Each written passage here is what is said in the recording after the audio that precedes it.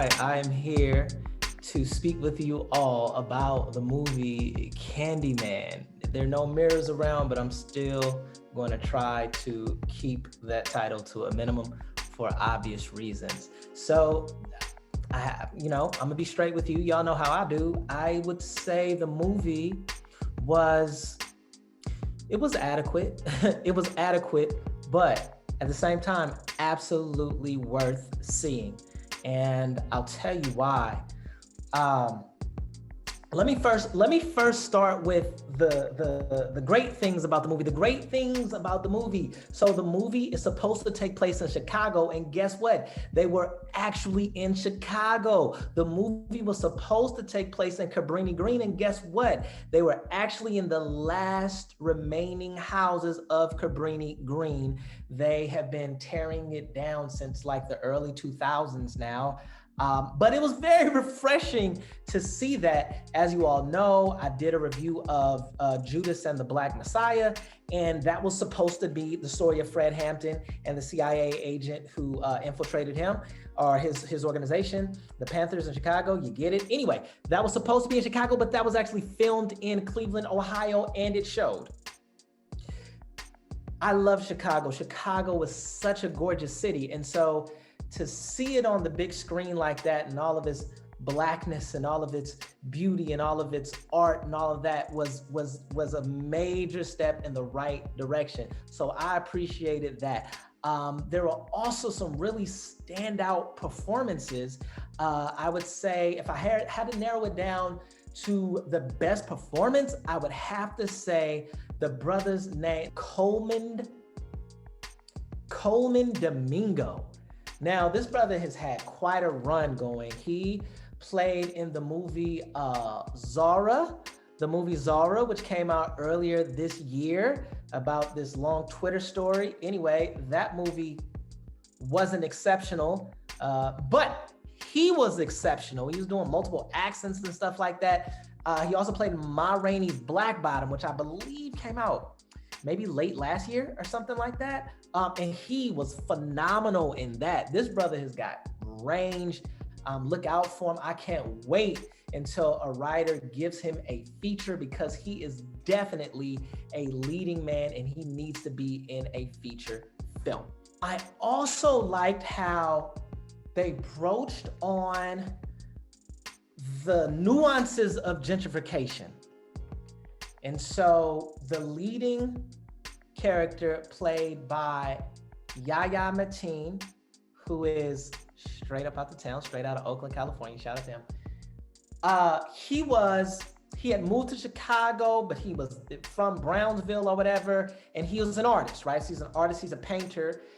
And him and his girlfriend, who's played by the very, very beautiful Tiana Paris, who also did a good job. She did a good job as well.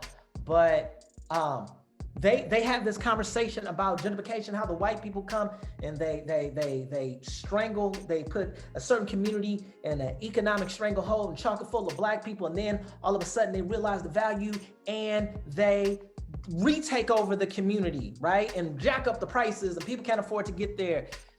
People can't afford to live there. And I've heard this narrative a lot because I'm from a gentrified place. I'm from Oakland. The black population in Oakland has been cut in half. And so, yeah, sure, white people are coming and all of that, but there's a lot of nuance in gentrification. The nuance that they spoke to in the movie was that how gentrifiers can be black. The nuance of gentrification that they spoke on in the film is that some artists come in, and artists are the first people to gentrify. Let's get that clear, okay? So back in when people were building colonial empires, right? When Britain and Spain, and they were setting up colonies all over the world, in Portugal and all those places in Europe were setting up, the first people that they sent in were missionaries. With gentrification, the first people that are sent into these communities are artists, okay? Some of these artists are African American, okay? So you don't get a pass because you are black but you still don't want to interact with the community around you. You still don't want to interact with the Black community. You only hang out with a select community of artists, right? You are a part of the problem. They spoke on that in Candyman, and I thought they did a fantastic job of, if doing nothing else, but bringing this up, right? The lead character, he struggled with this, and at least two people brought that to his attention, and he was conflicted about gentrification is bad and Chicago doesn't look the same, and him being a part of that, right? Him being a part of the force that drives his people out. So respect to the director and the writers for bringing that up. But I would be remiss if I did not bring up the things that I straight up did not like about the movie. The movie started off powerful and engaging, but it didn't pick up. It didn't culminate into a crescendo. I thought a lot of it was flat. I thought that the story was not as gripping as it could have been. I thought that there was a lot of gore, but not a lot of suspense. There wasn't like a dramatic twist or turn that I was like, oh, there wasn't even a lot of classic Jason type, Freddy Krueger type scream moments, like, oh, like there wasn't a throw your popcorn moment in the film for me. Maybe because I'm jaded, maybe I've seen a lot, but it wasn't a lot. It wasn't very scary. It was bloody. There was some bloody scenes, but it wasn't as scary as I wanted it to be. Also, I thought the acting fell flat a lot of the times. This is difficult for me to put down a fellow Oaklander. I feel like Yahya has the look. I feel like Yahya has the smile. I think that he can carry a role. There were instances where he was supposed to show depth, and I was not convinced. For example, there was a scene where he is and spoiler alert, but there was a scene where he was in an art gallery in his exhibit, and a critic was there, and the critic basically wasn't feeling what he had portrayed, right? And then he kind of turns his back on his girlfriend had gotten him the spot or whatever.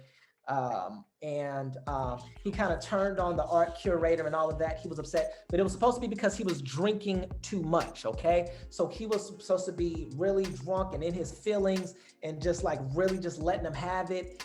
And it fell flat. It fell flat, to tell you the truth. I didn't see that he was drunk. I didn't see him transform into a person who was out of control. Also, just some of the logistics. He got stung by a bee. He got stung by a bee, and his hand is basically decaying. His whole arm, all it is, was decaying. And he's picking skin and doing all this stuff. Once I said it's gory, right? But I was just like, logically, it took him so long to go to the hospital. I was like, okay, he's an artist, but he's doing well. He's getting reviews. His girlfriend, they got a good place. They live in a nice place. Why is it taking him so long to go to the hospital? I just couldn't understand, other than a play into that plot of Candyman and bees and all that. I just couldn't make sense. I couldn't make sense out of that. And then also one thing, it was, oh God. So there was this, instead of doing flashbacks in the film, they decided to do this animation, like this kind of puppet, kind of cardboard cutout type of animation type deal, right?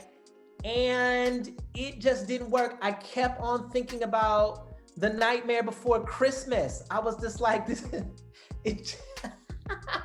like, is this a Timothy Burton joint? Like, is he behind this? Like, it was just kind of ridiculous. Like, and then they kept doing it. They kept doing it. So every time they flash back and tell the story, it was like, they did this strange, weird, like gothic animation. I appreciated they did that because they didn't want to rely on film from the original footage. And I appreciate that idea. I appreciate them not wanting to rely on that. And they just didn't want to do a typical flashback. They wanted to do something different. And shout out to them. Blessed are the risk takers for trying to do something different. But in this particular case, it didn't work. It didn't work. Okay. It looked kind of juvenile. So there was that. And then also the ending wasn't gratifying. The ending was like, oh, okay. Rogue police officer, all right. I wanted them to do something that I didn't see coming, something that would really open the story up, something that would just be a really, just something that was riveting. The way that it ended, it was not riveting, right? They relied on the trope of the trigger happy police officer, and it's not just a trope. I understand that it happens in real life. I understand police brutality, trust me. But the way that it was thrusted into the movie at the end was, I was like, they could have done better. They could have done better there. Now, talked about the good things, I talk about the bad things. Let me tell you why you need to see it. There's a such thing as a cultural obligation. If you are watching this and you are African American, you need to see it. We have to support one another. Jordan Peele has done great things with the genre of horror and suspense. There's a sister, she's young. Her name is Nia DaCosta. She directed this joint. We absolutely need to get behind her. And so there's that, but perhaps even more significant than that is the fact that the movie is so beautiful in terms of the casting, in terms of having African-American dark-skinned leads in a horror movie.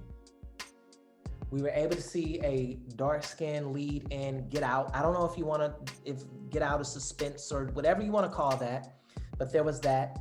There was a dark-skinned couple in Us, and there are two beautiful dark-skinned people in this particular movie, and they are radiant. They are vibrant. They represent coming a very, very, very long way from those movies when there would be one black person, and then that person would get killed in the first 5-10 minutes of the film, right? Like we've come a long way. And I also want to say this: I don't like to be a colorist or anything like that. Like that's not okay. But I do want to say that we need to really appreciate us in all of our shades. We need to appreciate how beautiful dark skin is. We have a lot of people who are insecure. We have a lot of people who have gotten skin bleaching creams across the African diaspora because they are ashamed of their dark skin. And I think a way to make people feel proud, a way for people to see it, see how gorgeous it is to show it on the big screen. When I say that Yaya and Tiona were they just looked so splendid. Their skin against the backdrop, their skin under that lighting, just their beautiful, absolutely spectacular, flawless flesh was on full display. And I love it. I love them. I love to see it. I'm going to say, go ahead and see that movie, support that movie. Let me know what you think about it. Sometimes I can really go all in terms of the criticism. Let me know what you think, right? Did I get it right? Did I get it wrong? What's your take on it? And I also want to remind people to subscribe to the tribe. You know what that is. And finally, I would give the movie a C minus. I would give it a solid 70%, y'all. I would give it a 70%. I would give it a passing, but barely. That's my take on it. Let me know. Don't get mad. hit that like button, hit that subscribe button. Go ahead, drop a comment. And until next time, peace, tribe. And enough.